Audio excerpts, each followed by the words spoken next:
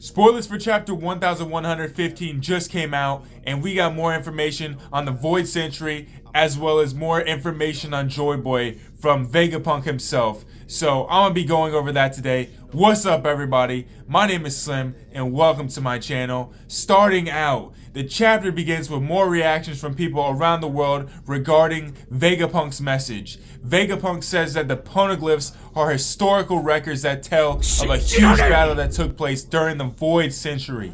Vegapunk says that it was also a battle between two types of ideas, but he can't say for sure who is right and who is wrong. Mars then uses his Conqueror's Haki to knock out a multitude of Den Den Mushis. We then get Nusjuro cutting Punk records in half with a huge attack, and then he releases the Seraphim. Vegapunk says Joy Boy's defeat marked the end of the Void Century, but the war changed the world, and continents that existed 1,000 years ago were sunk when the sea level rise by 200 meters. Vegapunk says they live in fragments of those continents. He says the war hasn't ended yet, and ancient weapons will be important in this war.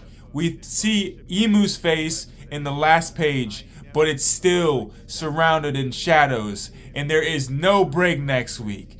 So some of the few spoilers I kind of want to go over real quick.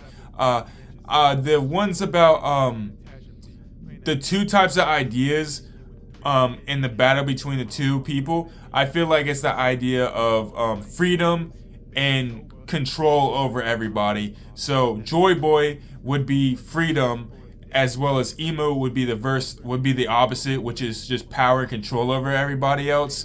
And I mean, during the history of pretty much anything, the winner of any battle was determined as the person who was right, and the person that lost was the one who was automatically lost. That's just how the politics and propaganda kind of went. So I feel like that's kind of where it's going to go with on this. So Mars, I don't think has used Conqueror's Haki yet, so it's cool to see him using it. I'm curious to see if he has a different kind of skill than some of the other Gorosei members, because they use their Conqueror's Haki in a different way. I want to see what he can do. Maybe his will live up to the hype, but I don't think it will. And I'm surprised that Nusjuro actually cut the Punk records. I thought they were going to keep it alive and steady, but it looks like Vegapunk and his brain might be done after this, and he might, like said, I'm not sure how Punk Records works totally. I don't know if after Punk Records is destroyed, the other Vegapunks will be able to cease living, or if they're just gonna die off after that because they're not functioning properly. I'm not sure, but we'll probably get more of an explanation after this chapter. Hopefully they still work without Punk Records, but who knows.